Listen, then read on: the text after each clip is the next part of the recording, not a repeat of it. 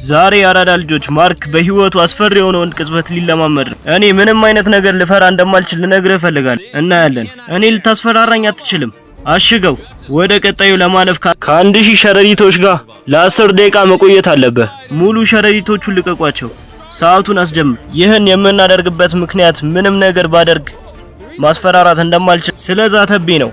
አሁን ፈርቻለሁ ትላለህ? ትንሽ ብቻ እና ይህ ማክ ከሚጋፈጣቸው ቻሌንጆች መካከል አንዱ ነው። እናም ሁሉንም ፈተናዎች መጋፈጥ ከቻለ $800,000 ያሸንፋል። አልዋሽም፣ ይሄ ካሰብኩት በላይ ነው። አስፈሪ ነበር። 3 2 1 አንሳው። የመጀመሪያውን ፈተና በማለፍህ እንኳን ደስ አለ። እንሂድ። ነገር ግን ማርክ $800,000 ለማሸነፍ ከፈለገ እነዚህን ሁሉ ፍርሃቶች ማሸነፍ አለበት። አይነህ እንደታሰረ አውቃለሁ፣ ግን እመነኝ፣ በዚህ መውጫ ላይ ውጣ። ወደ ላይ አንሳን። ለምንድን ነው የተንበረከከው? ምንድነው? ደህና ነህ? የአይን ማሰሪያን ማውለቅ ትችላለህ። ወደ ሁለተኛው ፈተና እንኳን በደህና መጣ።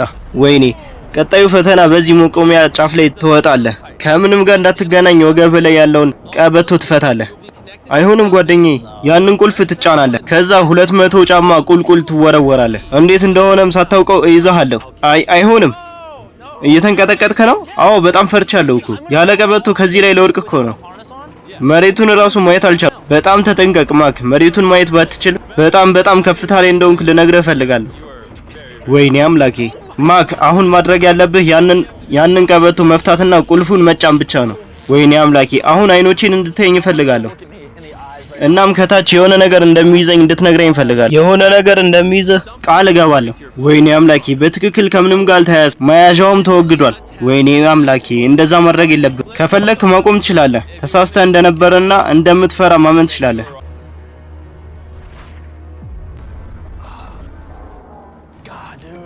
በፍጹም አምላኬ ሆይ፣ በጣም የፈራ ትመስላለህ። ኦ አምላኬ። 5 4 3 2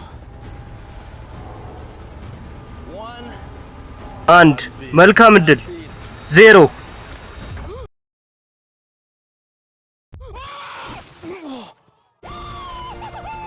እንሂድ። ያደረከውን ማመን አልችልም። እሱ እብድ ነው። እዚህ ደርሰናል። ቀጣዩ ፈተና የ$500,000 መኪና ውስጥ $800 በውስጡ አድርገናል። እንደምታየው ይሄ መኪና ወደ ውሃው ፊት ለፊት ቆሟል። እንደምታየው የነዳጅ መርገጫ የለውም። ወደ ኩሬው መንዳት አትችልም። ለዚህም ነው ወደ ኩሬው ውስጥ የምንጥለው። ኦ ጂሚ። ወይኔ አምላኬ። አዎ ጂኒ፣ አሁን ነገሩ እውነት እየሆነ ነው። ወይኔ አምላኬ። እሺ ማክ፣ ስማኝ፣ በደንብ ስማኝ። አንዴ ወደዚህ ኩሬ ውስጥ ከጣልነህ መኪናው ውስጥ በፍጥነት መስመጥ ይጀምራል እና በኋላኛው ወንበር ላይ ስትወዳደርበት የነበረው ብር $800,000 በ8 ቦርሳዎች ተከፋፍሏል። ከዚህ ከሚሰምጠው መኪና ውስጥ ምን ያህል ቦርሳ ማዳን እንደምትችል፣ በምን ያህል ብር መቀጠል እንደምትችል ይወስናል ማለት ነው። እናም የተውከው ነገር ለዘላለም ይጠፋል። ኦ አምላኬ፣ አሁን እየፈራሁኝ ነው፣ ግን እቀጥላለሁ። መኪናውን ከመጣላችን በፊት አንድ ጥያቄ አቀርብልህ። አሁን ካቆምክና እንዳስፈራራው ካመንክ $100,000 እሰጥሃለሁ እና ውድድሩንም እንተዋለን ማለት ነው። ባለፈው ሁሉንም አጥቼ ነበር፣ አሁን ግን አይሆንም። 3 2 1 ኦ አምላኬ፣ ጣሉት። ሄይ ማክ፣ መኪናው ከመስመጡ በፊት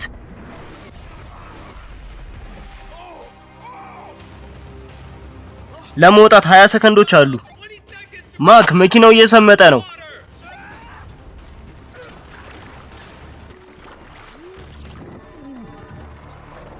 ይሄ በጣም ፈጣን ነው።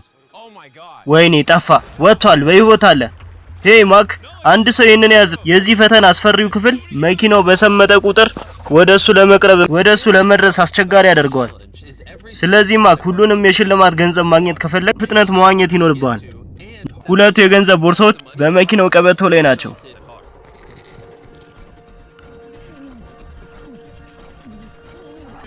ማክ ባለፈ ህይወቱ የኦሎምፒክ ዋና ተወዳዳሪ ነበር። ለዚህም ነው ይሄንን ቻሌንጅ ያቀረብኩት። 400 ጫማ ያህል ጥልቀት አለው። በዚያ ላይ ውሃው በጣም ቀዝቃዛ ነው። አሁን 7ኛውን አምጥተሃል። ይበቃሃል? ሊበቃይ ይችላል። አይሆንም። ይሄን ታውቃለህ? ከዚህ በታች በጣም ጨለማ ነው። ምንም ሊታየኝ አልቻለም። መኪናውን ማግኘት አልቻልኩ። ጂኒ በቃ ጠፍቷል። እና በይፋ ያቆምከ? አዎ፣ መኪናውን ምንም ማግኘት አልቻልኩም።